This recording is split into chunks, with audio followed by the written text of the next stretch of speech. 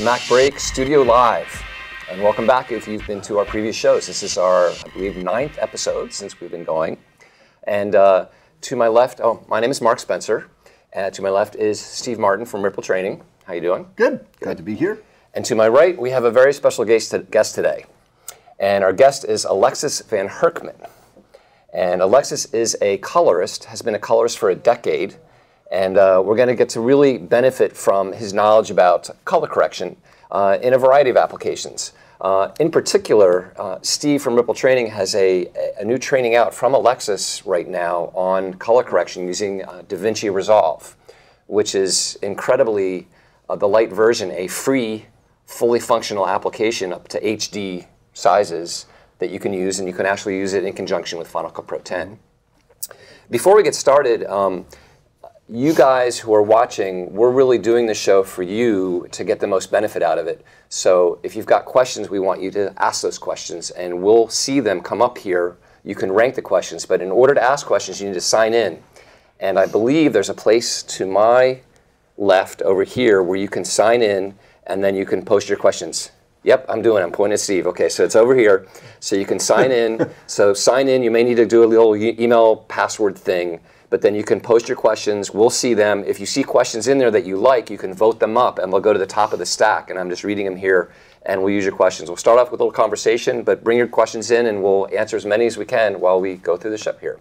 So to kick it off, maybe you could tell us a little bit about what it means to be a colorist and what kind of work that you do before we get anything kind of application specific.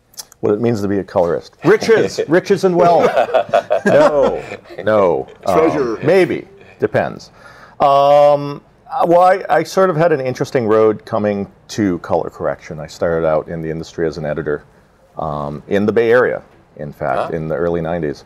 And then clients kind of dragged me into the world of broadcast design from there, so I lived every day in After Effects for a few years.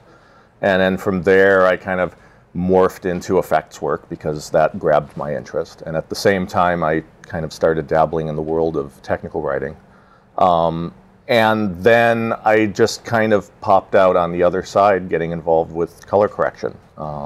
And, you know, I actually hadn't intended to be a colorist. And you're the author. You're the author of multiple books, right? On color correction in different applications as well. Yes, I've written books on color correction in Final Cut Pro. For a lot of years, I was a big proponent of color correction inside of NLEs, whether it was Final Cut or Symphony, which I still consider to be kind of NLE-ish, even though it is a finishing application. Just because those were the most accessible tools when I first started working as a colorist, and those were the tools that I was working on. I kind of started out, I guess, as a finishing editor, doing those last few things, and what happened was when I started adding color correction to my repertoire, my editorial clients stopped coming to me for editorial and started coming to me with edited projects that they wanted me to adjust because they liked what I was doing. So I don't know if that was a statement on how poor an editor I was, but that kind of started happening, and I wasn't even putting out my shingle for color correction. And over the years, I just kind of did more and more and more of it until I woke up one morning and said, wow, this is what I'm doing. And then I really started taking it seriously. So, you know, that's how I came to the field. Now, with this whole thing with DaVinci, with the Resolve, you've been familiar and a big user of the software for a long time when it's been a very, very expensive piece of software, right? Well, I wasn't. I can't say that I'm a 20-year veteran with Resolve, like, you know, well, with DaVinci software, like many. Resolve itself, I believe, is 9, 10 years old, something like that. But DaVinci goes back to like DaVinci 80s, goes back to the late 70s. Yeah, wow. I was doing a little bit of research for my second to last book. The Encyclopedia of Color? No. This was the Color Correction Handbook. Right. Yes, I've written a few. I'm all confused. Yeah, exactly.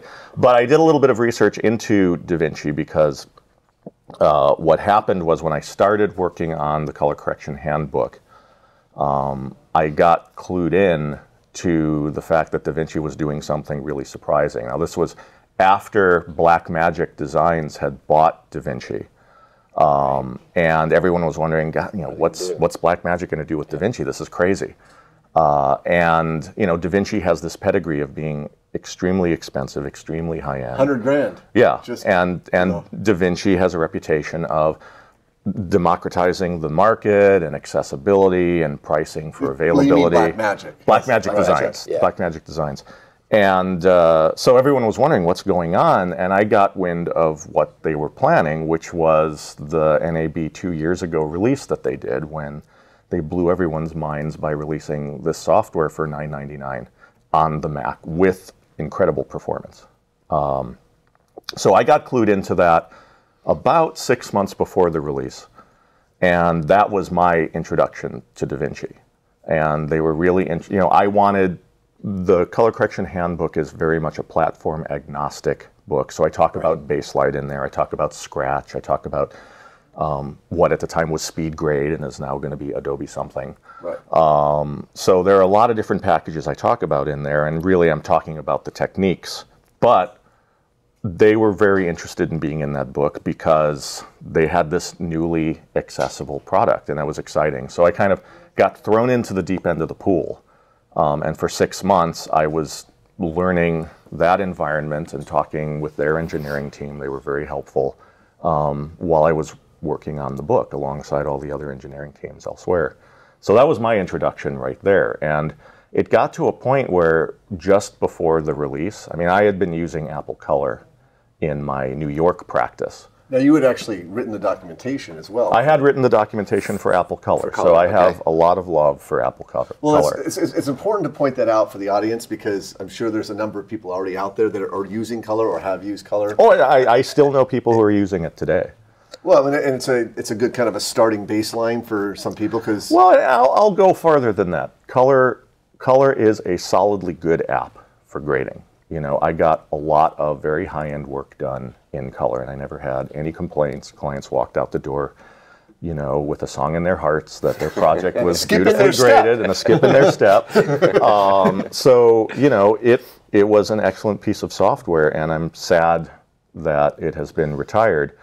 But by the time I'd gone through my 6-month pre-release experiences with Resolve, I just didn't look back. I immediately, as soon as the software was released and they had a version that I felt was stable enough to use with clients, that's what I moved to as quickly as I could. And, it was liberating. The real-time performance was peppier. I actually had a genuine 24 frames per second rather than 16-ish frames per second on a good day. I don't want to badmouth Color. Again, it was an excellent application, but Resolve goes so much farther in terms of usability. And, to give credit where credit due, Apple has given DaVinci a lot of support back and forth in terms of, Resolve was the first application to support Final Cut 10's XML standard. So it's nice to see companies working together. It's nice to see cooperation in the industry because I'm all about interoperability, and I mean, for example, Baselight just released their Final Cut 7 plugin, which I've been working on a review for. I haven't been able to release it yet, but that is a great example of some very low-level interoperability. It's kind of too bad it's for Final Cut 7. But there are still plenty of people using it, so that may be a workflow that will still appeal to many. I love seeing different companies working together, and I honestly hope to see more of it. But that's my experience with Resolve. I've been using it now for 2.5 years consistently, and yeah, every once in a while somebody asks me, hey, will you do a job in Color? And I'm like, no, but you can come over to my place and we can do it in Resolve. And it's just amazing that this piece of software is now this light version, which, light, it hardly deserves that moniker. It's totally free and it's completely functional, except for what? It has a limit on resolution. The main limitations are that you're limited to 1920 by 1080 maximum resolution, which I understand for most people is all they want to do. Yeah. But you don't get 2K, you don't get 4K, which is a big deal if you're in a professional shop where you're dealing with DCI deliverables and that sort of thing. You don't get stereoscopic controls. Again, the vast majority of lower end users probably don't care. But if you need stereoscopy, that's, you know, you need to buy the full version. Which is $9.99, right? Which is $9.99. Yeah. Which is $9.99. Is that an actual word, stereoscopy? Yeah. Because when you said, or maybe it's not, and I've made it up. I thought of colonoscopy when you said it. I'm sorry, but yeah, I just did you make that word up? It's stereoscopic is the term for stereo visuals. Yeah. 3D is inappropriate, especially using with our colleagues, right? Because I'm a 3D artist. Oh, you work in Maya? No, you know. So in the writing that I've been doing on the subject, I really try to stick with the term stereoscopic because it's more accurate and it differentiates that thing. Right. But anyway, so you don't get the stereoscopic controls in the light version. Mm-hmm. And lastly, and perhaps most importantly, you don't get the noise reduction controls.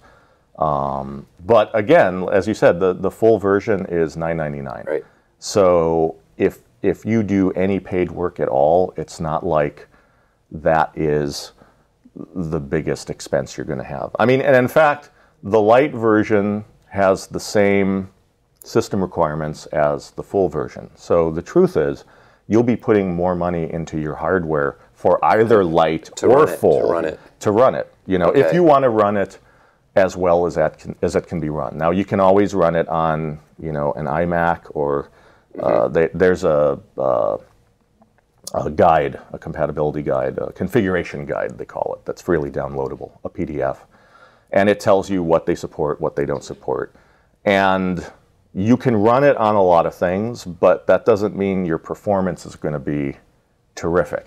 And then we're running it tonight on my laptop, which is about a year old. It's a pre-Thunderbolt MacBook Pro. Right, 17-inch. 17-inch. Pro. And it's okay. It's right? running okay. Yeah. It's running okay. And we'll show that in a little bit.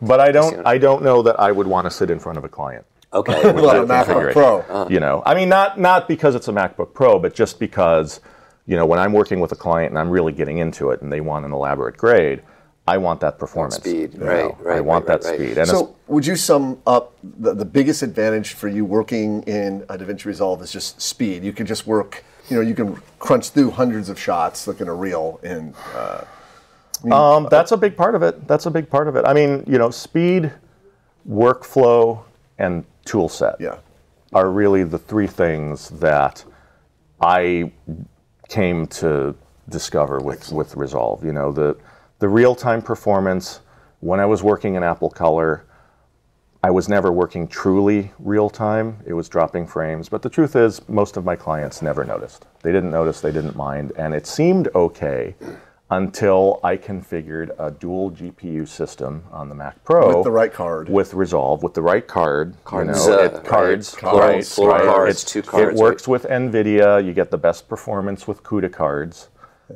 It will work on using OpenCL, but your performance is not as good with OpenCL. Yeah, with the right configuration, I was getting truly real-time performance with a bunch of nodes, doing a lot of corrections. And it was like night and day. Wow.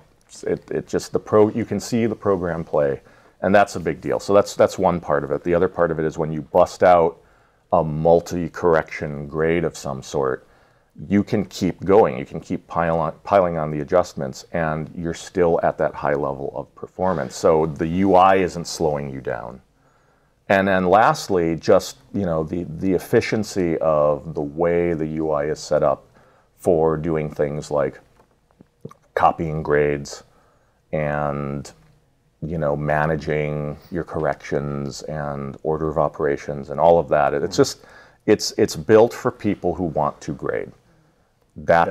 It's what it does, and it does it very well. And you would highly recommend a control surface, and I'm assuming the control surface will work both in light and commercial versions of the app. Is that correct? Yes. Okay. Yes.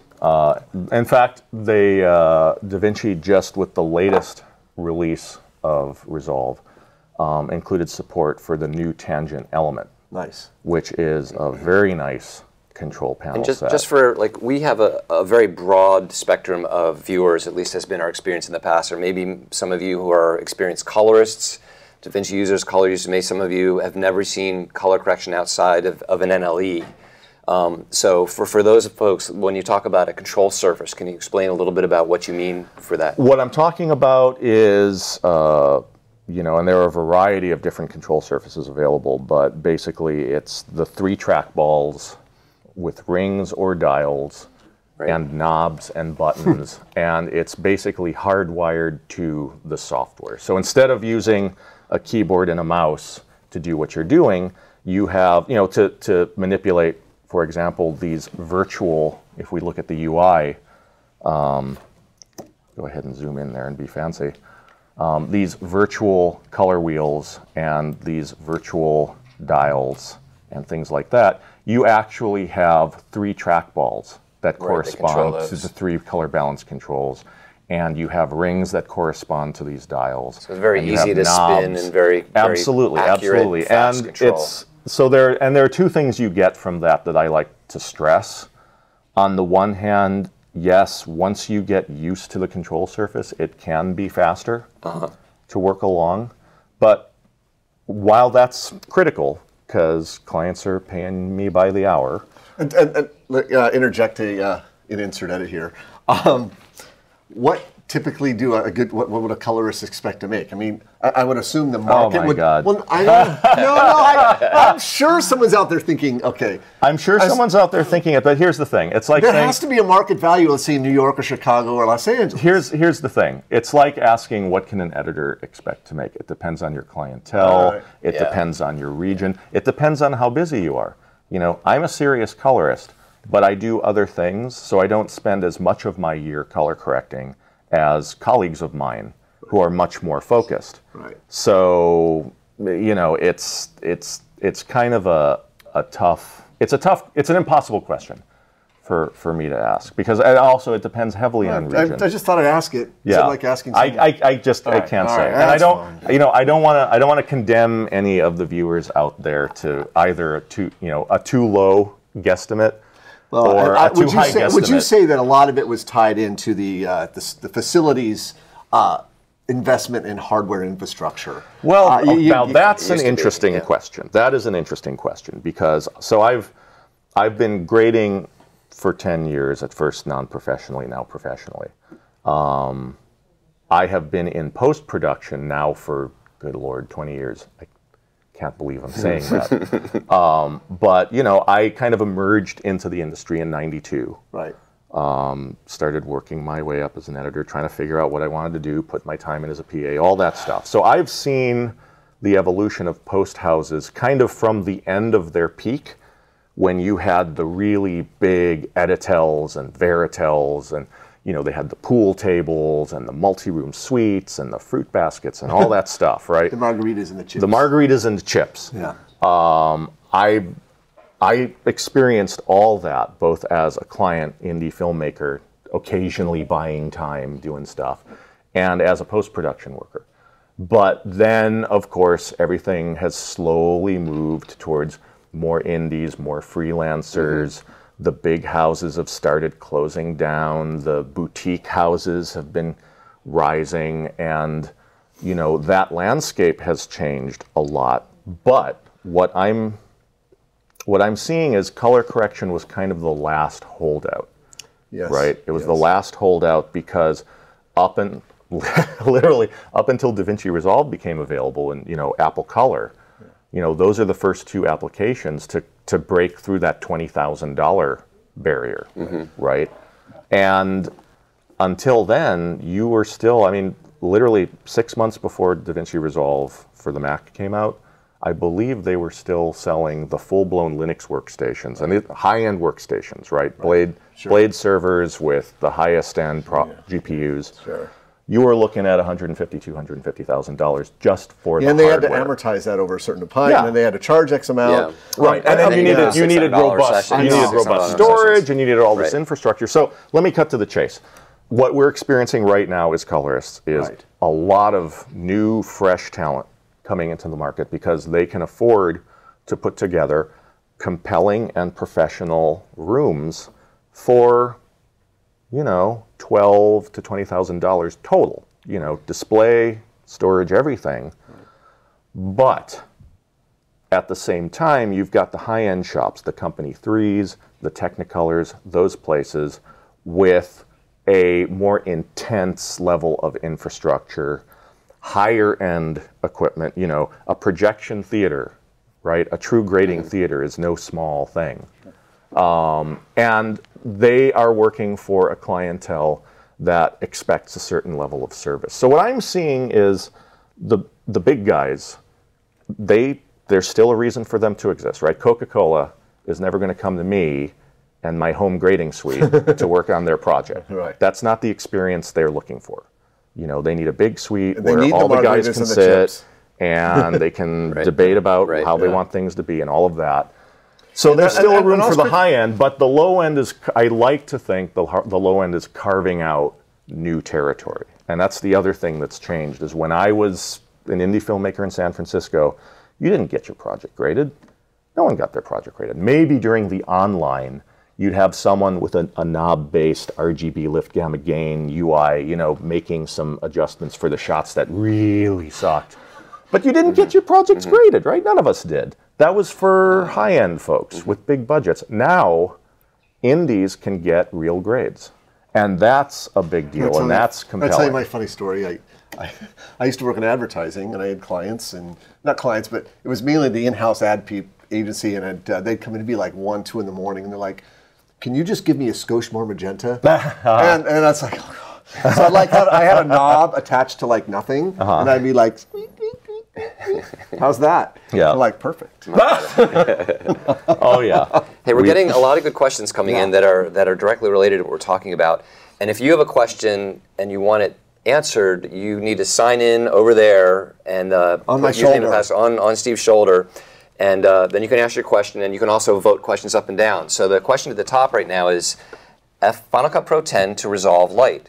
If possible, could you demonstrate how to send a project out of Final Cut Pro 10 to resolve light for color grading? We're not laughing because it can't be done. Right, right. It's We're actually laughing very because easy to do. we were debating about whether we want Final Cut Pro 10 running in the background or not.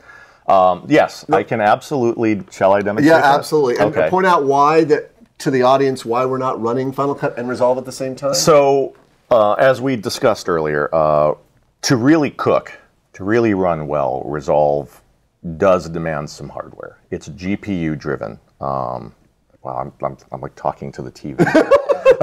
Yeah, the camera's there's right a camera there. There's a camera there. Why don't you quit it while we're going? Right. It's GPU driven. Right. Right. Yeah. So that means that the beefier a GPU you have, the better off you are. In an ideal world, you've got a Mac Pro with 2 GPUs, a little cheap, minor one for the UI, and then a big beefy one for processing. And you don't connect anything to the big beefy GPU. It's just literally a processor sitting there, right? It's image processing. That's what it is. No display. Yeah. No display. A headless GPU, if you will. Okay. And that's and how NVIDIA Resolve CUDA wants card. to work. So all this UI stuff is running on the little cheap GUI, and then your heavy lifting is being done on the disconnected GUI. So that's, in an ideal world, what you have, or even a multi-GPU situation, which you can set up on a Mac Pro. So when you run it on a single GPU system or an integrated GPU system like a MacBook Pro, you know, you've got those mobile chipsets, and they're nice, they're quite good, but it's not necessarily as robust as you would want. And more to the point, when you launch Final Cut 10 or some other app, there's the potential. I haven't done exhaustive testing, so those of you out there who maybe are running multi-apps at the same time, you know, hooray for you. But I'm always worried about losing performance and losing VRAM by having more than one app try to vie for resources, right? So anyway, that's why there's going to be a bit of a pause while I quit one app, launch another. Well, that's all right, because we can ask other questions. Well, we got another good question while you do that. So while you're doing that, there's a question about control surfaces, which we were discussing earlier. Okay. Thoughts and recommendations: tangent wave, element, MC color for Resolve. Okay. And once did you launch Final Cut already? Okay. Yeah, that'll take a wee bit of time. I think I launched it. Yeah. It's doing something. Is it bouncing in the dock? Yeah. Anyway. Yeah. And by MC Color, it's now the MC. Was it the Avid MC Artist or MC Hammer? What? Yeah. Sorry. Oh, you had to say that. Recommendations. Well, here's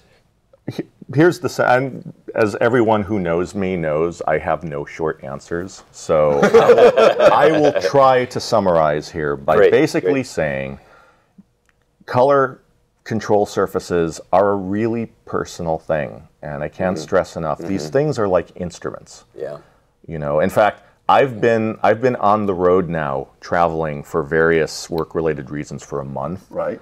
I am going to go back to my grading suite. I have a color correction job waiting for me, and it's going to take me a couple of hours to get fast again with my own control surface. And I have the huge DaVinci one, the $30,000 surface. And, you know, I've been away from it for a month, and I'm going to need to, it's like if you stop playing guitar for half a year, you're not just going to pick it up and be a virtuoso. You're going to need to kind of get back into it.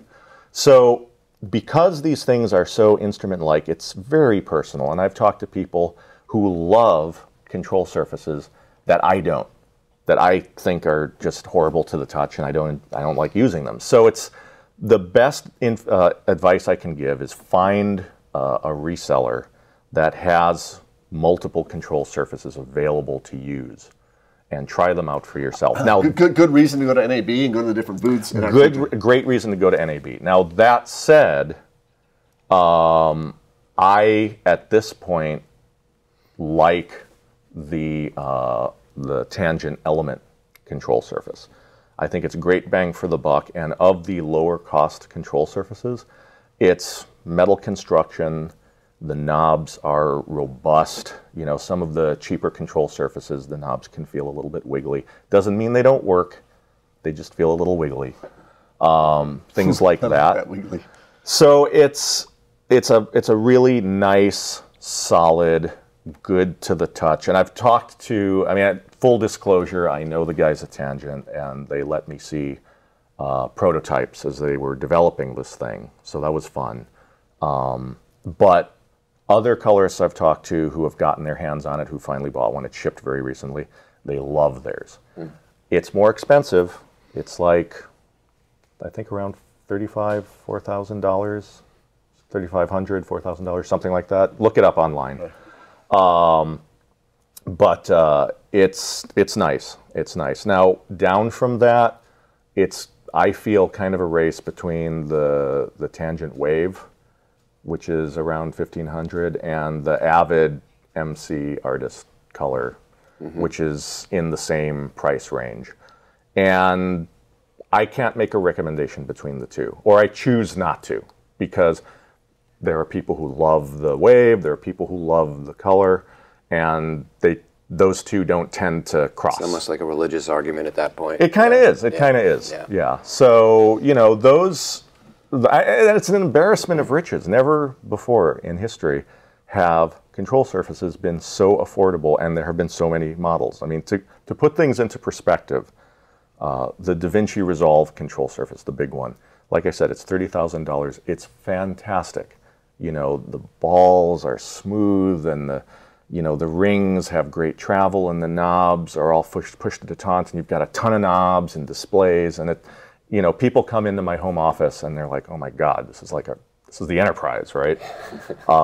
And that's part of the client experience. I don't know how many facility owners I've talked to who plunk down the money, and they say, "Yeah, you know, clients walk into our room and they know this is a grading suite, right? They got all the lights." But at that level, when you're looking at, you know, like the Quantel Neo, and the Blackboard and the Blackboard 2 from Filmlight for Basslight, all those high-end panels, you're looking at $30,000 to $60,000. You know, and you get so much more.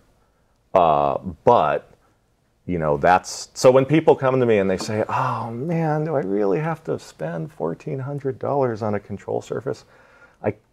kind of don't have a lot of sympathy. It's like, man, you have no idea what luxury that is. An embarrassment of riches. Yeah.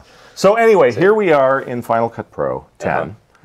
And this is a relatively simple timeline, but the process should be is the same regardless, right? The basic in and out? The process is the same, regardless of size. Now, I would say that, and there's a little bit of debate in the Resolve using community about whether or not to use reels. And this is for those in the audience who, maybe weren't doing post-production in the 90s. A reel is essentially a way of subdividing your project into manageable chunks. And the classic reel, correct me if I'm wrong, is like 20 minutes, right? Thereabouts, 15, 20 minutes.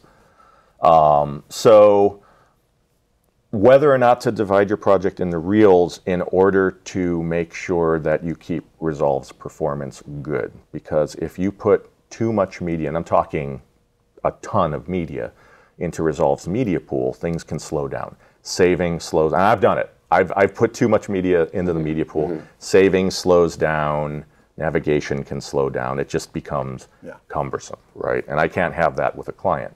So I tend to break my features up into reels if I have any questions about shot count. If I know the shot count's going to be low, you can get away with 90 minutes in the timeline if the shot count is low. But if you have a densely edited project, maybe it's not going to be a good idea. I like reels also because it lets me subdivide my project into easily schedulable chunks, right? If I divvy my project into 15-minute reels for the average client, I can kick off one reel a day, and that's kind of a nice, we finished a reel, or we're almost done with a reel. It's a nice feeling. Like little built-in benchmarks. And, exactly. So anyway, that's the only bit of preparation where maybe there is a bit of debate whether or not to divide your long project into reels. I recommend it just to be safe, but maybe you can get away with not doing it. That said, one of the interesting things about both Final Cut 7 XML and Final Cut 10 XML and AAF files from Avid also is that a certain number of effects carry over to Resolve. There's a short list of, I believe, 10 or so different kinds of transitions that will now import. It's not just dissolves like some color correction apps have been limited to, but you've got a selection of wipes and irises and... But that's primarily a function of the XML that's supported. So for example... Well, no, it's a function of the color correction app being able to actually do those effects, right? Because there have been other color correction apps where they'll pass those transitions through, but you can't actually preview them or render them. Like in color, you got a big X over something. Right. It's that, okay, it's there, but you're not going to see it reconstituted until it goes back into the Final Cut Pro sequence, correct? Right. So one of the nice things about the current version of Resolve is that you've got a selection of different transitions that it will accommodate. You have a selection of composite modes that it will accommodate. If we go back to this UI, and my apologies for the monitor going to sleep every once in a while, but with this particular clip, if I scroll down, we can see that there's a multiply composite mode, and I've got a little bit of opacity, a little bit of translucence, and it's on another happening here. It's a connected clip. And it's exactly. So that will carry through to Resolve. Again, it's a shorter list of composite modes that are supported, or blend modes, if you will. It's a subset. But if you likely use. It's the ones that you would most likely use. Add, multiply, screen, that sort of overlay, that sort of thing. Okay. So if you understand what Resolve will take, you can use those effects and know that it can be part of your workflow, which is very handy in a finishing workflow. And then lastly, go to the first shot. The first shot. The reframing, because that's a big part of what people that need is to do. a big deal. Is reframing. I thought this was a very important part. Right. So if I reset the transform controls of this, we can see that this particular shot has been reframed, and that position, rotation, and scale information can be passed to Resolve as well. So that's quite nice. Well, in Resolve it's called PTZR. In Final Cut 10 it's called Transforms. In Final Cut 7 it's the Motion tab settings. Everyone's got a different name, but it's those particular And it's fairly controls. typical in finishing to like reframe something. And same thing from Avid, by the way. These things can also come in from the Avid. So that's very nice. And then the last thing I want to show, and I believe at the moment this is unique to Final Cut 10, now, this is an important thing that you showed earlier. A limited set of color corrections can be moved from the Final Cut 10 color board to Resolve if you follow the rules. And that's kind of the tricky thing. So this shot, if I reset it, has some subtle color correction applied to it, or maybe not so subtle. If we take a look at what's going on in the color board, and this comes from the team. This is from the Resolve team. I had this conversation because I was trying to figure this out on my own, and my results were a bit confusing. So for the best results, you want to use, restrict your color corrections in Final Cut 10 to the color global control and the exposure global control. So no shadow, highlights, midtones, individual adjustments. Yeah, you could, but you're going to get unexpected. Your results you could, may but vary. it may not come across the way you're thinking it's going to come across. And unfortunately, no saturation. And the reason for this is that the part of it is what Apple exposes in the XML, I imagine. And I also imagine from being involved in development efforts like this that there's a strong desire to adhere to the CDL standard, the color decision list standard. And the CDL standard is very strict about the equations used for specific color correction operations. Exactly. So the idea is interoperability. Color correction application manufacturers don't necessarily love that because if all you did was implement that, you'd have a terrible color correction environment, right? It would be so basic and simple. But it's a way to move data around. And so a lot of these limitations come from a desire to adhere to the CDL style of passing information. I imagine it's probably a work in progress. Every version, Apple exposes more and more stuff in XML. But this is the way it works right now. Excellent. The cool thing is, if you know about it, you can use it, and you can use it to best effect. So you have all this stuff set up. Great. So you've got transforms. I've got transforms. I've got composite modes. I've got a color correction. Cool. And now we get to. Yeah. Right. I don't have any dissolves in there, You're but teasing us you here. guys can imagine. You guys can use your imaginations for that. Okay. So I'm going to go back, and with that project selected, in the project library. Okay. Go File, Export XML, and I'm going to go ahead and save that, and I'm done. I've just exported all the data that Resolve needs. Okay. So I quit.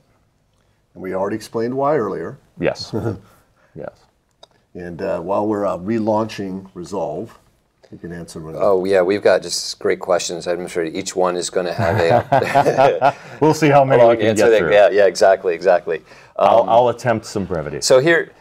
And this one's been voted up. So, by the way, Chris Northcross, thank you for that question. That was really voted up, the one that we're still answering right now. But you asked, and you're getting a very in-depth answer from an expert who is giving you You're getting all the information. So, this is a question about color correction workflow and strategy. And he says, and it just got bumped up. This is actually a better question. It just got bumped up.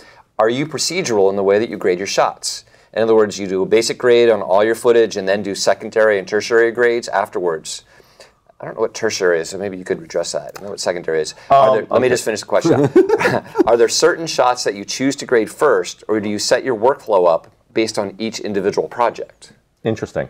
That is an excellent question. And I believe I know what they mean by tertiary. That's not, as far as I know, an official color correction term. He's just talking about, additional grades on top of more grades, yeah. Additional operations on top of what I've already done. And the best answer I can give to that, the shortest answer is it depends. Yeah. And if Larry Jordan is out there watching this, I'm sure he's laughing because he's, every once in a while he calls me with a question. And, I say, well, it depends. And he's like, you always say that. How I structure my grades depends on the type of project I'm working on and the type of client I'm working on. And I'll give you two stark examples. If I am working on a documentary, and typically documentaries are not generously funded, unfortunately, but also they don't typically need huge grades. They don't need massive looks, right? It's a documentary. You want it to be like the real world. You're not trying to make it look like Transformers. Stylized. It's a totally, the objectives are different. So with a documentary style grade, I'm typically inclined to put more operations into fewer nodes. Has this gone to sleep on me? There we go. More operations in the fewer nodes. And I'm typically going to put a little more of my style adjustments into my initial primary balancing grade, because the style is 3% more warmth, right? Mm-hmm. It's just a slight overcompensation over what I'm already planning on doing. And it's not like if I'm going to override that later on with a rippled node to alter everything in the scene, that 3% is going to ruin my ability to keep pushing and pulling the signal, right? So I'll do more with less just because I'm wanting to work more quickly and I don't need to do anything super crazy. Now, on the other side of the scale, if I'm doing a commercial spot, and I've been doing a little bit more of that work lately since I've moved to the Minneapolis-St. Paul area, I will probably do a lot more individual operations spread amongst multiple nodes, because those clients are typically wanting high style, and they're prone to wanting to see a lot of variations. They want to see a lot of before, after, okay, I boosted the saturation a little bit. Well, what does it look like before? Yeah. What does it look like after? Before, after. So I like to break up my corrections there just so that I can do that. If the client wants, well, I thought I liked you leaching the skin tone of a bit of color for a porcelain look, but maybe I don't. Can I see the same grade with that skin color back? Mm-hmm. Well, if I isolate that operation to one node, I can turn that node off and bring it back. So it's a very different way of working. That level of organization can take a wee bit more time, but the time you save in terms of being able to preview different variations of the look and all of that more than makes up for it. I think that was a fantastic answer. Yes. It really was. So, I wouldn't even have like I say, it depends. Yeah. It depends. So I'm back here, and we can finish answering that question, which is very exciting. So I am going to go ahead and add a new project. I'm going to call this import test. I'm going to click the create button. And I'm going to jump to the conform page. And the conform page, as those of you who eventually watch my training or read the manual will know, is where you bring in projects and send them out again. It's where you do all of your project management, your timelines. And so I'm going to load that XML that I just brought in. And that was Civil War doc. Civil War doc. There we go. Click open. Now it's going to ask me for a few options, and I'll just breeze over these really quickly. Use sizing information and use color information are checkboxes that let you decide whether or not you even want to bring in those transforms or those color adjustments. Oh. Now, I don't want to speak ill of colorists who are forced to do color correction, even though maybe they don't want to be doing so. But every once in a while, I'll get a project in, and they say, well, hey, there were some adjustments made initially, and I take a look at them and I go, that work is okay, but I can actually do a better job I'd rather starting start from scratch. Yeah. Yeah, And the truth is, faster. it can be faster starting from scratch, because if you're trying to adjust what someone's already done, then you're kind of So you have your choice whether or not you even want to use that color information. I'm going to turn both of these on and click OK. And now it's asking me for where that media is. And I don't believe, oh, wait, yes, I do. I believe it's there. That one was on 500, wasn't it? Oh, you know what? I don't have the media on this drive. Did we not plug it in? We didn't, well, I'm using a different drive. Are we? I am. I have 2 of those orange drives. I use the second one with my media on it. So, but, no. I can save this situation because we already did this. So this is where we're gonna, okay, we've just stuffed the chicken and put it in the oven, and now it's over here. Cancel. We have this nicely roasted chicken. Nicely roasted chicken. So there it is. And we're not seeing the thumbnails because the media isn't actually connected, but we can pretend. So this is what you end up with when you import the XML. Okay. Is you get your timeline, and as you can see, the multiple stack clips are There's there. your connected clip. If I had the media connected, you'd be able to see the different effects. They could be turned on and off. You can reset what needs to be reset if you want to. It's a very sophisticated system. And then once you're done with this, just to wrap up the story very quickly, you do your grade, you render out an alternate set of media, and then you go back here to the conform page. You export your project, you choose the style of exporting you need to, whether you're going back to... Can you zoom in on that? Absolutely. This is kind of an important one because this is essentially the round trip right here. This is the round trip. This is the end of the round trip. So you can export to XML, which is Final Cut 7, or Premiere 5.5.1, I believe. Final Cut 10 XML 1.0 or Final Cut 10 XML 1.1. They're starting to version now. Which is the 3.0.3. Exactly. So, or if you're on the Avid side of things, AAF files. Got it. So this, in essence, I believe we've answered the question, because that's really all it takes to bring in an XML. So the idea is after you render the stuff, you're rendering all your grades, you're baking it into the rendered media. You render an alternate set of media, and the new XML refers to the new media that you've rendered. So you then import that XML file. Back in Final Cut Pro, you import file, import XML. And then it creates a project, and it relinks to that DaVinci rendered media directory. Yep. So sort of typical So XML anyone who's used to the Apple Color workflow, this is the same idea. Yeah, except that it accommodates more kinds of effects. And they're kind of our 2 prongs on getting it out of Resolve, right? Because you're doing the media as a separate step from the XML, which kind of with Color you render and then you send back to Final Cut. It's the same thing. The only thing that Color had over this is the send to menu. Right. Did that one step for you, right?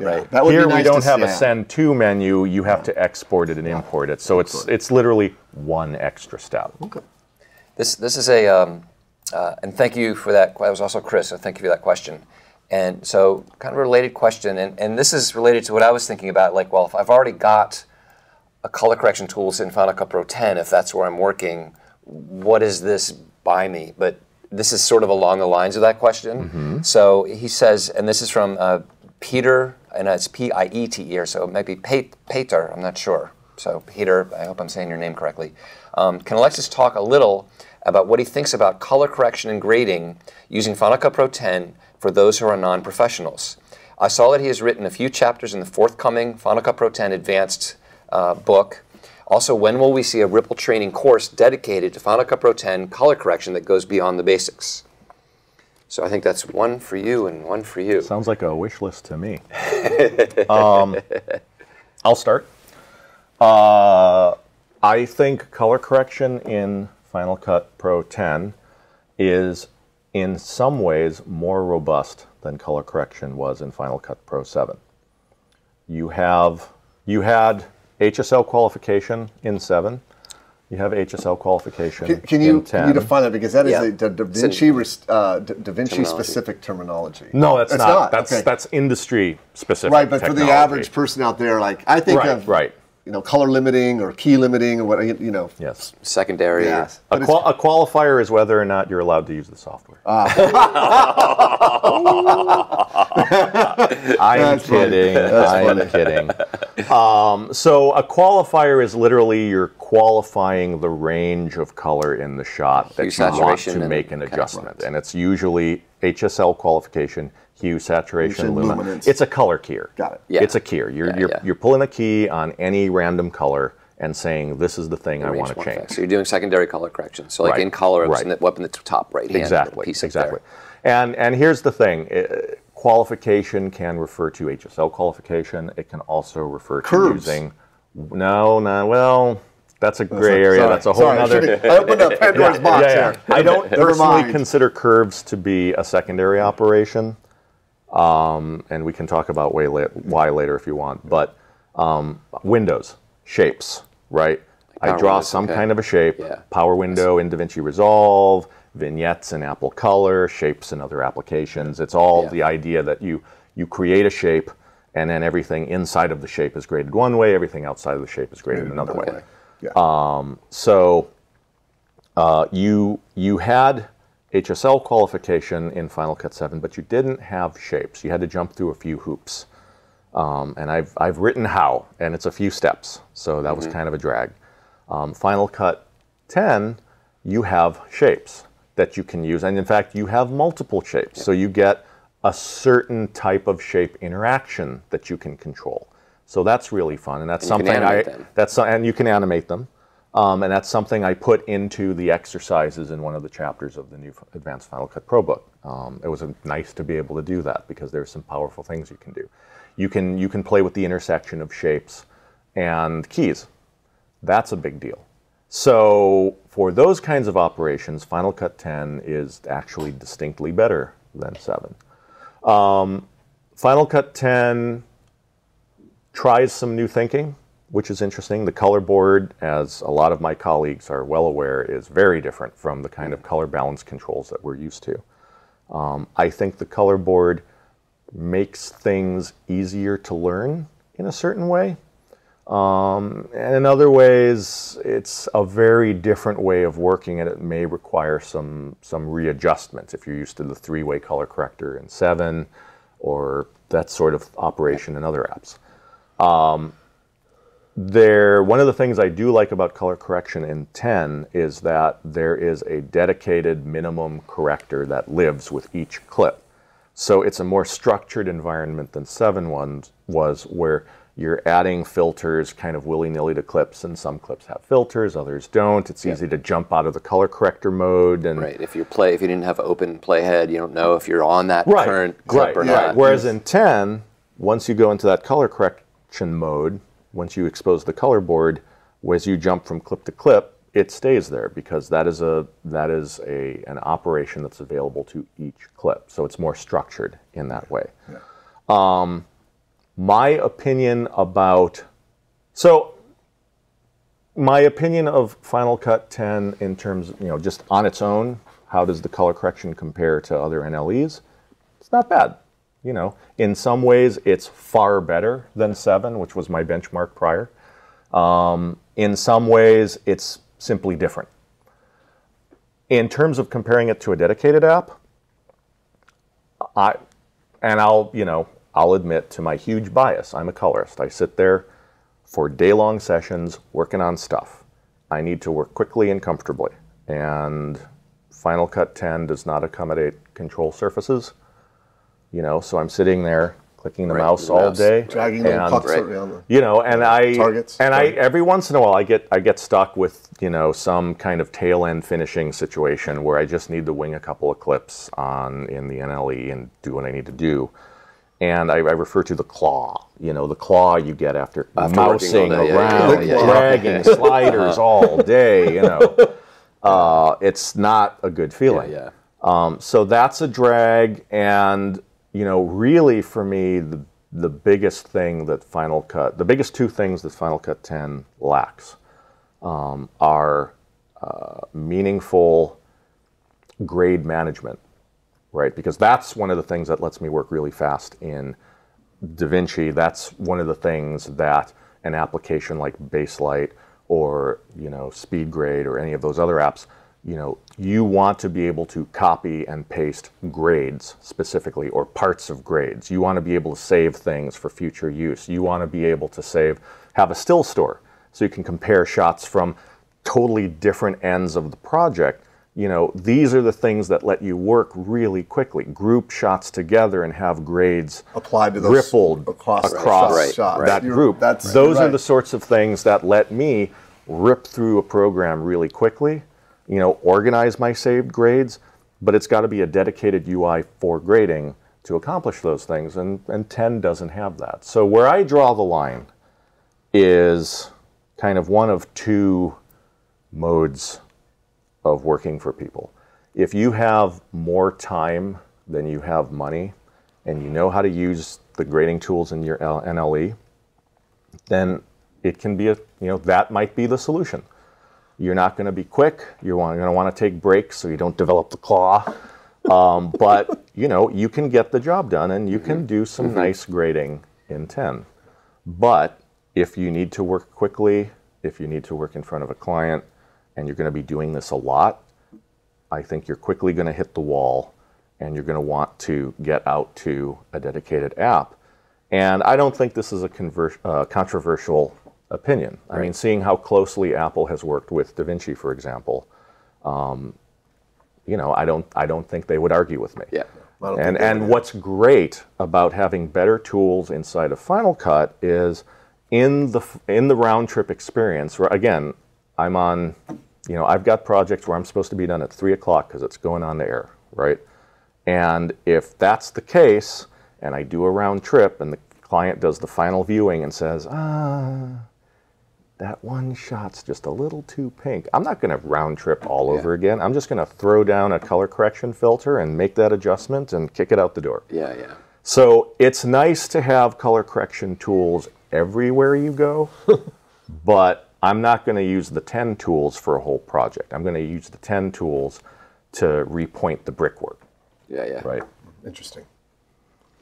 And then, well, I wanted to ask a question. Yes. There was a two-part question. Let's just say this: we're working on several ideas right now for some future color grading stuff that I don't want to be specific about, but you'll very much like them when they're available. And in the Final Cut Pro 10 compositing in Final Cut Pro 10 tutorial does secondary color correction. It does masks. It does animated masks. It covers advanced color correction techniques in there. So that if you haven't looked at that, that's a good point. A good thing to look at. I mean, the truth is, I looked at the TOC for that, and I thought, guess he doesn't need me to do that.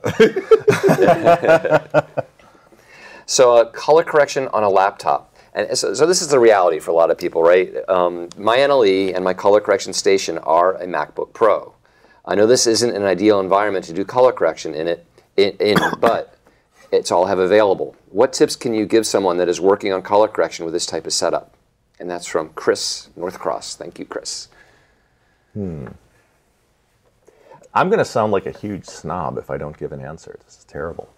But I don't really know that I have any tips. You know, the one thing I can say is, if you have any wiggle room and you're looking to upgrade your laptop, go to the Blackmagic Designs website, go to the support page, choose your platform, and download the configuration guide for Windows or the configuration guide for Mac OS X, and take a look at their recommendations, because those recommendations are going to get you as close as you can to the best performance you're going to have. whatever you're using. I don't know if he's asking about Resolve so much as it seems like a more, it may be, but it seemed like a more generic question about if I'm doing color correcting, I don't have a broadcast monitor, I've got a laptop, and that's what I'm color correcting on. Is that even really doable? Well, okay, so if we're going into the monitoring part of the conversation, I'm not sure. I potentially get harsher. So I don't always have good news for people. Just put it out there. And, I'll put it out there. And I'll be Resolve specific just because it's what I'm most facile with at the moment. God knows there are plenty of other solutions out there, but in terms of what's available on Mac OS X, I don't know how your audience skews, whether they skew towards Mac OS or whether they mainly skew Mac. Mainly Mac. You know, there aren't unlimited choices on the Mac at the moment. I mean, I understand that Adobe is doing some things with SpeedGrade, but that has yet to be revealed, so I don't know what that's going to look like when the time comes. But that will eventually be an option. You know, there's Baselight for the Mac is compelling if you're using Final Cut 7. But I know Resolve well. So one of the things Resolve does nicely is the viewer in Resolve doesn't apply any nonsensical gamma adjustments out of any attempt to help simulate broadcast monitors or anything. They just dump the bits out to the screen as if it were any other RGB image going to the screen.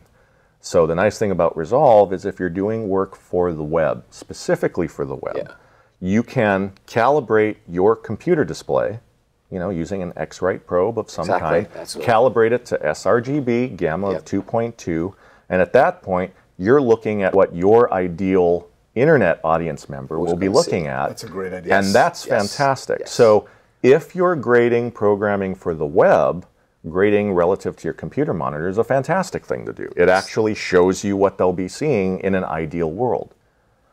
But if you're grading for broadcast, the only thing I can say is you need to have a broadcast monitor, because otherwise you are not seeing what the audience will be seeing, and more to the point, if your client gets used to the way your program looks on your non-standard monitor and then takes that program somewhere else because, right, how many of us operate in a vacuum? Multiple facilities often work on the same program. If they go to, you know, my colleagues in Minneapolis and do their tape out and look at their monitor and go, hey, wait a minute, it's a lot warmer now. Those reds don't look the same. What's up with that? I'm going to get a call, and I don't want that call, right? I want what I'm looking at to be what they're looking at across the street or across the world. And the only way we can all do that is with standards.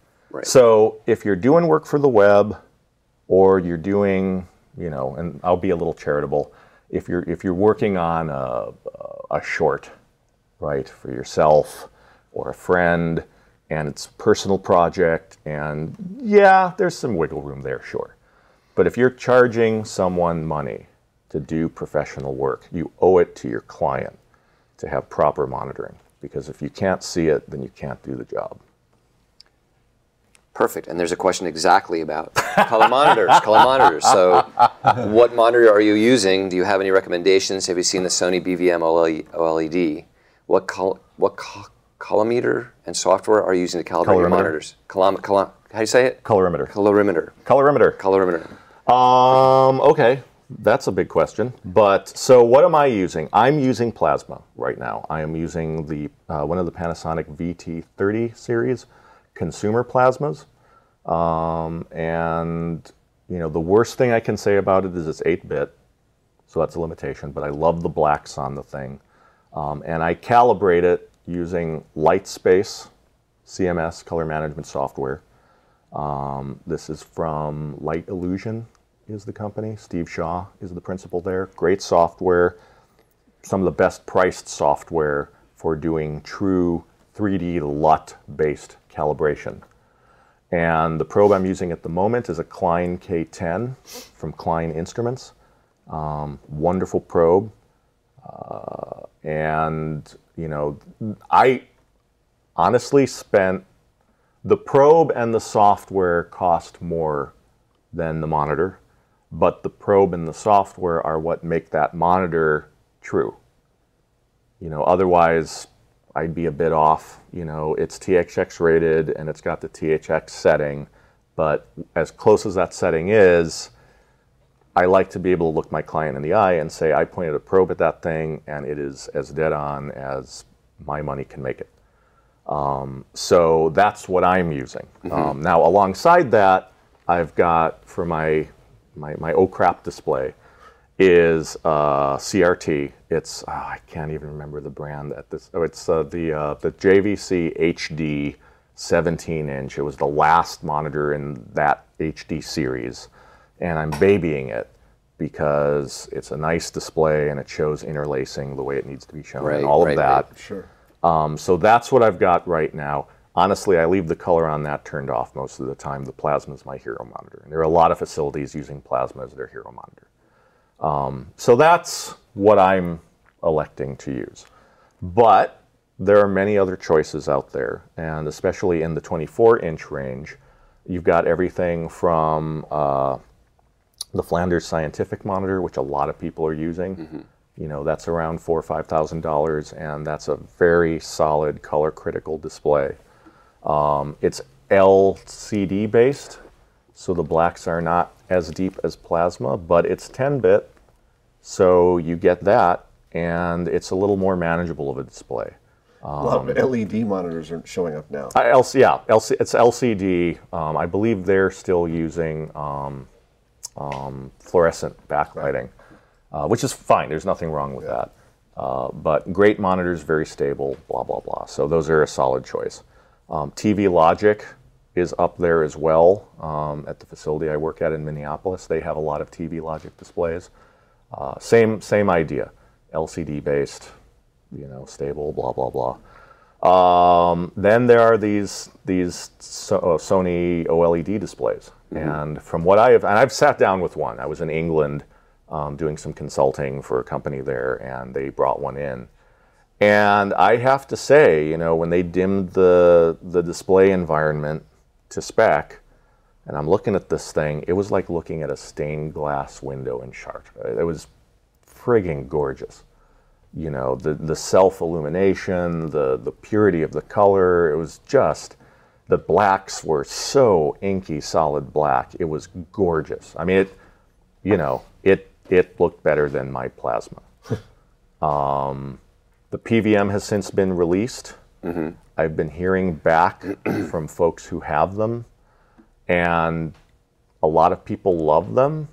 A lot of people are talking about how difficult they are to calibrate because that quality of light is, and I'm not a color scientist. I try as hard as I can to understand a lot of this, but at a certain point, I just throw up my hands and go, "Okay, that's more math than I can handle." But I have decided that at this point, it's not someplace I need to go. I'm happy with my plasma. My plasma matches a lot of the other plasmas in town. I don't have a compelling need to go back down to 24 inches because I have a 55-inch display right now. You know, I'm set up and I'm happy. At some point, if OLED hits 30 inches or around there, 32 inches, you know, if the technology becomes a little more widely accepted in terms of, you know, calibration for the units are known, that sort of thing, then I'll definitely re-examine. I mean, honestly, I think probably in 5 years, all colorists are going to end up using OLED. I suspect. I could be wrong. I have no idea. But, you know, I love the technology, but I'm honestly not familiar with it enough yet to either recommend it or not. I would say, again, as with all, and monitors are like control surfaces. You need to go look at one. If you're a hi-fi guy, you don't just buy speakers online based on reviews and hope what you get is awesome. You go and you listen to them, and you buy the speakers that are what you want. And displays, for me, are the same. You know, I know people who prefer their Flanders to plasma because they like the 10-bit, you know, their priorities are different. So, you know, that's one of those instances where I have a hard time just saying, you know, get this. It's not like the old Sony CRT days, right? Where, you know, if I can paraphrase the IBM quote, no one got fired for buying a Sony CRT. Everyone had one. You knew what you were getting. The PVM, yeah, that was the one. I've still got it sitting on my desk. People are still using it. I have not touched it for 4 years now, and I have it because that was SD. And when it was SD, you could afford a good monitor. I kept it calibrated with a blue-only gun, and I knew how to do all this stuff. Right. And everything went to HD. But for me, it also all went to the web. So I didn't. It's like at first, like, oh, I'm going to buy the HD monitors. At first, were just the big CRTs, and they were $10,000. Right. And then it was like, oh my God. And then, you know, we're doing everything HD. But then everything migrated to the web, and like everything I do now is for the web. So I'm actually in the camp of the first folks you talk about. That I've got the X-Rite, and I'm calibrating my screen to 2.2 gamma and sRGB, and making sure that what I see on the screen is what's on the web. And I'm actually happy, you know, I don't have to spend a bunch of money because I'm not doing stuff for broadcast. Right. But because everything I'm doing is just going straight to the web, and it's actually a very small investment. Right. To get, and you can do decent color correction, right, with the little X-Rite and. Well, and that's the interesting thing is I just wrote a blog entry about this a couple of months ago about, you know, just because it's for the web, take that just out, right? It's for the web. The web is a primary viewing medium for people. I mean, everyone watching us tonight, right? This isn't going to broadcast. This isn't going to cable. This is on the web. So there's no, oh, it's just for the web. I don't need to color correct this. I don't need to do this. I don't need to do that. The web is the new broadcast. And if you want your program to compare favorably to other folks, you need to accept that this is part of the fit and finish. You know, you will be judged on the quality of your color. You will be judged on the quality of your mix. And the beautiful thing about that is, you know, folks like you who are web-centric and have a terrific display, whatever you're using, and you can keep it calibrated relatively easily. And that's, you know, that's great. It's in many ways, it's nicer than the broadcast folks who have to, you know, who are stuck having to deal with all this infrastructure, and it's not going to go away. You know, I mean, broadcast legal is something that comes up. Hey, Alexis, do we really have to be broadcast legal now? I mean, come on, it's digital. And the truth is, it's not digital, because what I'm hearing is, at the broadcasters, you've got digital devices being connected to digital devices via analog cables, cables, right? And when you bounce signals around satellites, when were those satellites launched? Microwaves are not digital. So, you know, there's all of this legacy in the system that colorists like me and my colleagues need to still deal with. So, you know, we're sweating the video legal, and we're looking at our scopes, and we're checking the gamut and all of this stuff. Well, if you're for the web, what you need to be aware of is what you're clipping. So, and those standards overlap in some ways with video legal. So whether I'm grading a program for the web or whether I'm grading a program for broadcast, I still keep the outer boundaries in mind, and I still legalized both, so to speak.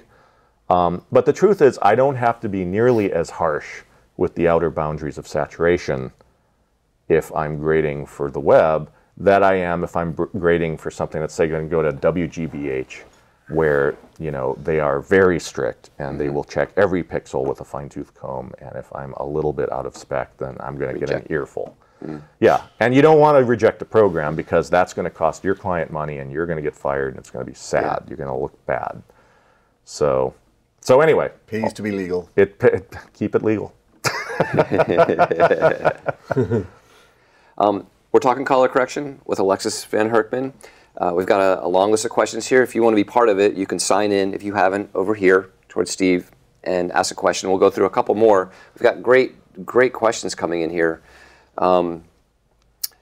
I believe one of the reviews on your book, Color Correction Handbook, mentioned that it's an experience that makes good color, not an experience. Let's try that again. You said it's experience that makes good color, not the system. Do you still believe that holds true? Yes. Yeah, I do. There we go. Okay. And I would expect that answer. Yes. No, I now think it's technology. Right. Well, I Skill mean, doesn't matter. You know, we are craftsmen and we are artists. In what proportion depends on the individual. And like any craft and like any art, it takes a lot of practice to get good. And I wish I could remember the name of the author or the artist who either coined this or paraphrased it, but I've heard some quote to the effect of, you know, if you're an artist, you know, if you're a comic book artist, you have to draw 1,000 pages of crap to draw something good. And we've all been there, right? It's not like the first things I wrote were amazing. We all have to get through that process of building up our experience. I'm still churning out that crap. No. But you know, it takes experience, and what that experience gets you is it gets you speed. We talked about this before the program. The first feature-length program I graded, it was my own film. You know, I'd done lots and lots of short form before that, but the first feature thing that I did was my film, and I wasn't even intending to be the colorist for it, right? I was just gonna see how it went, and I figured I'd be overwhelmed at a certain point, and I'd go find a real colorist and have them do it, right? But I kept working it out, and as is my way with things that I undertake, it's like, okay, I'll show it to my kind of inner circle of reviewers who I know are generally honest with me. And when they say, you know, Alexis, I know you think the color is awesome, but really, take it down the street, right? Then I was going to throw up my hands and say, all right, fair enough, you know, I figured. And I showed it around, and people were like, wow, it looks really good. And I was like, okay, well, I'll keep doing it. But that first feature took me like 3-4 weeks to do because I was being so careful. You know, I didn't want to screw anything up. I wanted to do everything right. I went through every scene several times to try and get the balance absolutely perfect and all of that stuff. And, you know, I ended up with a very nice grade. I look back at that project now and I go, wow, that's one of the nicest projects I've graded. I took the time. You know, I went deep. But I could do the same thing now in probably a week and a half. And honestly, it might not be as pixel perfect in some ways as that grade, but it would be what it needs to be. You know, it would be good. It would we be probably solid. couldn't tell the difference. No. Yeah, but that's you know, that's what the experience gets you. It gets you the ability to work quickly. It gets you the ability to get into a really thorny shot and go, oh, you know, I ran into something just like this last year, and after 15 minutes, the solution was wah, wah. So you just do wah, wah, and you're done, right? That's what experience gets you. And it gets you a greater ability to look at the image and break it down. Because one of the biggest things about, in my opinion, a professional colorist is you're not hiring me because I know what knobs to turn. You're not hiring me because I have a control surface. You're not hiring me because I have a good monitor. You're not hiring me because of the lighting situation and all of that. Although all of that lets me do what I do. What I do is I make decisions. I make decisions about the color and the contrast in your image. And what you are hiring me for, ultimately, at the end of the day, is good taste. That's what you want from your colorist. You want someone who understands how colors work together or against one another in a scene, and who can look at your image and say, you know what, that red sweater is maybe a little too vibrant, or maybe the red sweater is just fine, and I need to boost those greens in the background to counterbalance a little bit, and now, you know, now the image has the impact that you wanted in the way that you wanted it. That's what you're hiring. And that's the kind of thing that you get with experience. That's the kind of thing that you get by not just studying the manual, by looking at art books, by paying attention when you take a walk on the beach and noticing how the light interacts with the water, you know. And I mean, I remember one of the big epiphanies I had. I was living in Venice Beach at the time, and I was walking down the street, and it was around the sunset, you know, that golden hour, and I noticed, you know, the highlights of the light on the trees, the trunks of the trees, are really, really warm, and the shadows are totally naturalistic. There isn't any warmth in the shadows. The shadows are very neutral. They're not black. And I was like, huh.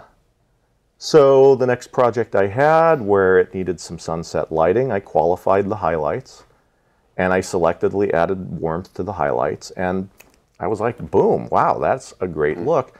And that was just me paying attention. Right. You know, so that's, you know, when you walk down this road of wanting to be a colorist, you know, those are the sorts of things that elevate you. Paying attention to the interplay of light and shadow. You know, I know several colorists who are photographers, and they go out and they're always taking pictures of stuff. And I'll confess, I'm not. I never have been. I'm not interested. It's too much like work. But, you know, anything it takes for you to absorb and think deeply about color, that's what makes you a colorist. And then, you know, and then it's important to have all the stuff and learn how to turn the knobs and play the instrument. So, yeah. So let's do another question or two? Sure, a couple more questions. Yeah, and maybe this is something that's a little cut off, so we'll see what we can make out of this. Okay. It says, I've been doing the Final Cut Pro 10 to DaVinci Resolve round trip with pretty good success, conforming to original red R3D footage. So far, I've been using Resolve Light and trying to get my head around PZTR resizing strategy while doing a 1080 finish. I expect to be doing a lot of resizing in the future as a new red owner, and I'm trying to understand what is the best. Right. And I think I understand. Twitter, and it's 140 word limit. So let's go ahead and take a look at the interface. Oh, great! Yeah, let's take a peek. All we right. haven't been in the UI for a little while. We haven't been in the UI for a little while. UIs, they're all the same. So what I want to point out in response to that question, and hopefully the answer will be fairly simple.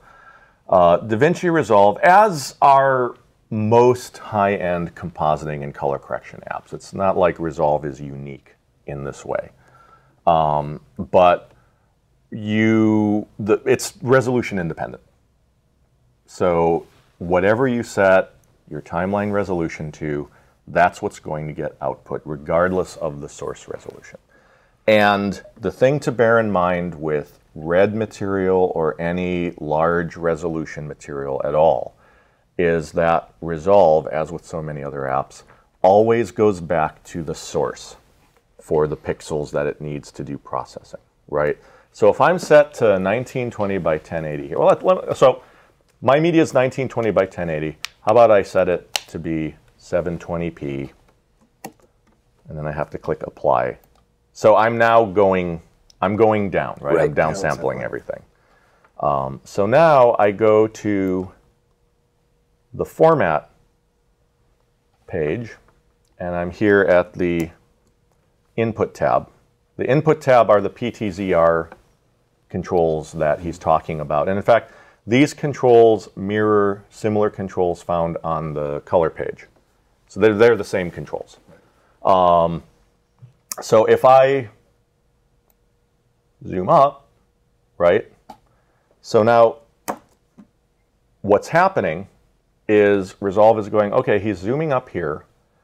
So it's not zooming the downsampled result. It's going to the source and figuring out the math so that everything works without losing anything. Otherwise, you would lose detail. If you're lose detail. So effectively, if you've got 4K source or 5K source with red, and you're working 1080 because that's how you're outputting, and tons and tons of features I've worked on output 1080.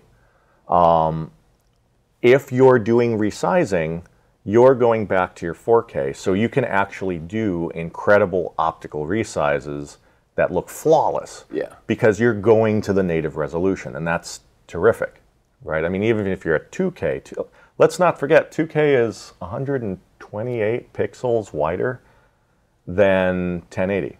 It's not that much bigger, ultimately. It's just wider. but you've got that wiggle room to play those games. So, Resolve will handle that. So basically, set your destination resolution to whatever you need it to be and do what you want. It's interesting because if it's a he, it's this Logan Kelsey asking, saying that they're using Resolve Lite. So that if they're using it with R3 with red footage, they really can't take advantage of that scenario you described. They can. It's still using the original Even pixel. light, even the light version. Okay, right. It's just that light is always going down to 1080. So you can feed it 4K or 2K. Yeah, it has no problem with that. I am not just aware going down, of just any limitations. That's phenomenal. In that regard. That's phenomenal. So you can totally do a red workflow with a free. That's just amazing. It's just amazing. It's absolutely amazing. It's pretty smart, actually. If you think about it as a company, getting people to buy into this way of working, and it's like you're getting good, and now you're invested in this software. Right. It's like, why would I switch to something? Why would I use SpeedGrid? Why would I'm going to use this, and I'm good, I'm facile, and Blackmagic is committed to updating it every few weeks or whatever. Well, I mean, that's no joke. One of the things that's really impressed me about Blackmagic designs, and I've said this on stage at some of the super meets, because it continues to impress me, and in fact, I've lost count, but in the 2 years now, 2 years that it's been out, come NAB, they've released 8 or 9 updates. 8 or 9 updates. And they're feature-rich updates. They're not just, we fixed this bug and there you go. No, they add features, they add menu items, they add modes. I mean, if I go back to the color page, these color balance controls here, the visual color wheels, did not used to be there. The traditional DaVinci interface is this. It's the bars interface. They never had any wheels? They never had wheels. Wow. Wheels, are you kidding me? Professionals don't use wheels. And the truth is, they don't. There's no roads. They have a control surface. And the truth is, once you get a control surface, you're not mousing around in here unless you're giving a demo. So they really put that in for the kind of... So they put this in for accessibility to folks who didn't want to necessarily buy a control surface right away. And they did this as a dot release. This was this was like a 0.2 or something. Wow. That's a huge feature, 0.2. So they have shown a startling commitment to aggressively developing the software, which has astonished me, compared to other vendors I've worked with. So that's impressive. What do you want to see? Because that's one question about Feature Quest. Like, what's missing? Is there any one thing that kind of comes to mind? I will take a pass on that question. There are lots of things I would like to see, but full disclosure, I do in fact work with the team from time to time, and they have my long list and they know what they're going to do. So. I'll just mention a few comments in here. One person said that voice audio only in the primary storyline is a no-go in the round tripping between Final Cut Pro 10 and Resolve. Yes. So you confirm that. I'm confirming that. Yeah. The current round trip workflow strips all the audio, and you don't get it back. So as we discussed previously, the majority of users, I don't think, are going to really mind that because, for example, all of my clients are typically having the mix done simultaneous to me working on the color correct. Yeah. So what they're going to do is they're going to marry my shots with the mix track and kick it out the door. So my job is not to throw sync. And for those who are in that situation, and by the way, I had to kind of set that up for the advanced training book, the Final Cut 10 Advanced Training book. You can divorce the audio. So you duplicate your original source, divorce the audio, and then detach the audio, and then copy that audio and paste it into your sequence. And that's how you can reinsert it. And all right, there's a feature request. I wish it would round trip the audio.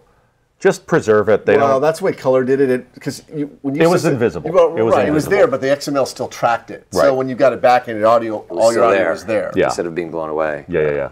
That would be nice. Yeah. That would be nice. Yes. And the other, this is actually posted. This is Carrie Dismore. Hey, Carrie.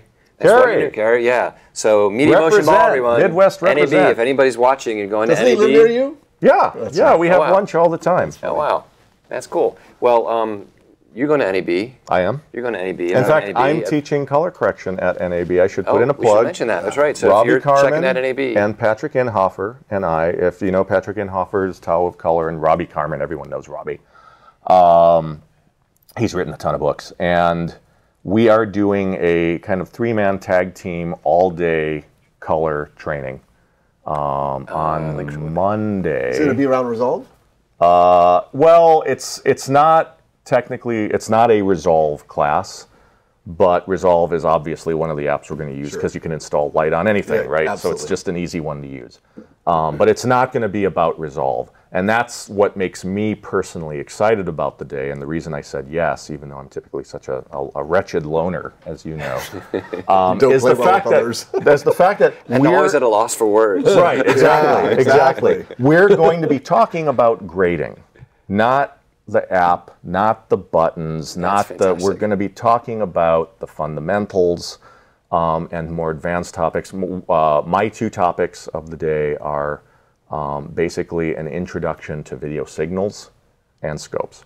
So we're going to look at the signal because, again, you need to understand the signal. You need to understand what YCBCR really means in order to understand why Luma-only adjustments are interesting and why RGB adjustments for contrast work differently. And when you start to understand those things, now you've opened up this whole world of possibility once you realize that what you're doing is manipulating a signal. So that's my first day, my first class. And then I believe Patrick is doing an introduction to primary grading.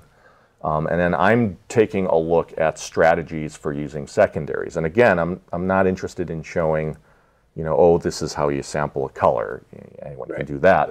But how do you think about using secondaries? You know, that's something I really tried to get to in my book.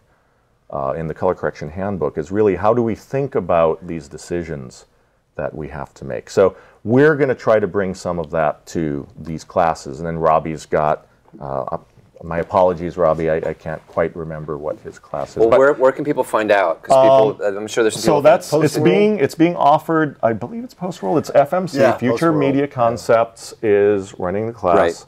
And there's information on my website. There's information on Tao of Colors. There's website. Also NAB Show, NABshow.com. NAB Show has a link. Yeah, I'm terrible remembering. And we'll tweet something out because Steve is teaching 5 Final Cut Pro 10 classes. I'm teaching. Yeah, we'll put it on our Twitter feed. So it's at Ripple Training. If you follow at Ripple Training, and we'll put it on Facebook. I'm teaching 8 motion sessions.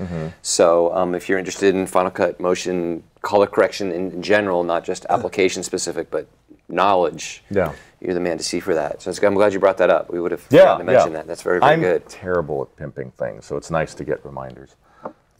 Good. Anyway, Kerry was going to ask a question, I think. No, well, that was his question about the audio. He said he had trouble with that, and he said on the way back, he said that the XML, the 1.1 didn't work for him, but 1.0 did, and he's using Resolve 8.2. So I'll be honest, I haven't had any clients come to me with Final Cut 10 projects yet, so I haven't.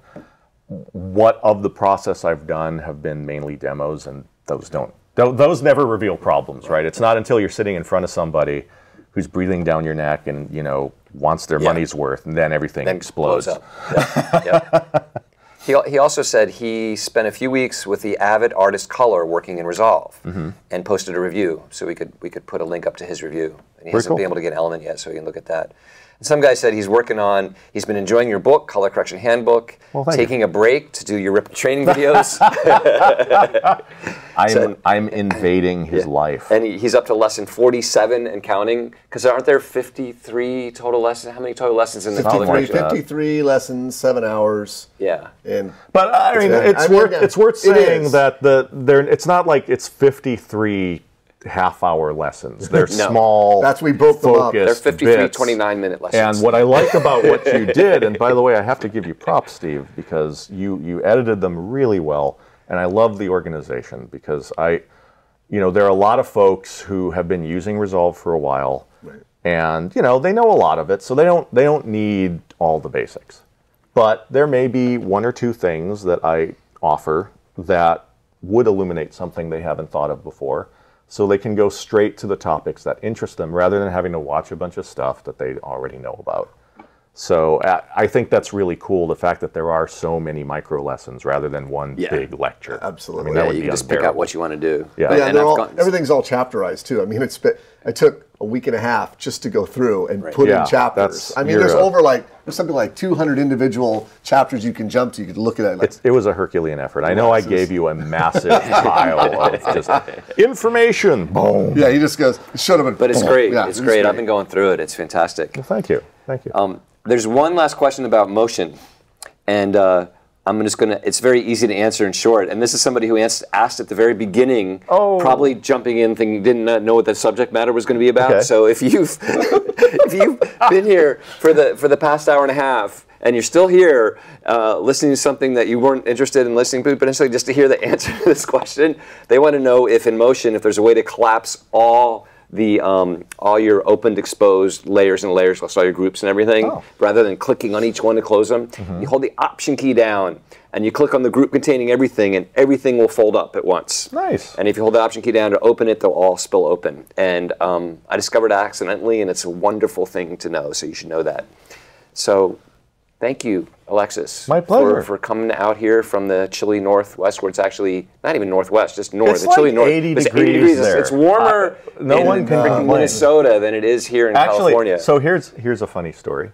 I was just in Singapore doing some work, and it was actually warmer in Minnesota in, God, what, March? Yeah, it's still March. Right? Yeah. It was warmer in Minnesota than it was in Singapore. I'm like, you have to be kidding me. I'm talking to my wife. She's like, oh, I'm out on the deck chilling out. Unbelievable. So if people want to know more about your work, so you've got a training with Ripple Training. Training with Ripple Training. Right. I've got a blog. They can go to www.alexisvanhurkman.com. I have a Twitter feed, @Hurkman, Hurkman. And there's the book, which is a great companion piece to the Ripple Training. Because again, the book's about process. It's not about any one app. The color handbook? That's the color correction handbook. Peach Pit Press. Yeah. People have been really enjoying it, so it's been gratifying. And you've also authored the color correction section of the Advanced Final Cut Pro 10 book. Yes. That's going to be out in April. April, yeah. I believe it just hit the presses, right? Okay. It should be ready to go. Right now. The squirrel on the Ditto machine is cranking it. So we do this every month. Every month. Usually the last Thursday of the month. If you follow @Ripple Training on Twitter or on Facebook, look up Ripple Training. Except for April because of NAB. Oh, April NAB, we won't be doing this in April, right? Because we'll be tied up. Yeah, we're going to be teaching, and that's where we're focusing. Sorry, did I say third Thursday of every month? I'm being told in my ear by Carolyn, who's been kind enough to help me out through the day. She's up in Toronto, where it's probably warmer than it is here in the Bay Area. Right. They're just standing around confused. Right? Yeah. So again, thank you. This has been really instructive. This is very, very deep into a subject that probably a lot of people don't know that much about. So I think this has been very, very helpful. We'll try, there's a couple other questions, if there's a few other questions, we'll try to answer them after the fact, but I think we pretty much nailed them all. Cool. So thank you for watching. Any last comments from anybody? Anything missed talking about? I think we're good. Okay. So we're going to sign off. There is an after show. If you happen to still see us on here, we do a little after show afterwards, but we're officially signing off for the program now. So thank you very much for watching. If you have any comments, let us know. You can support at rippletraining.com or on our Twitter feed and let us know. So thank you for joining us, and we will see you in May. Ciao. Ciao.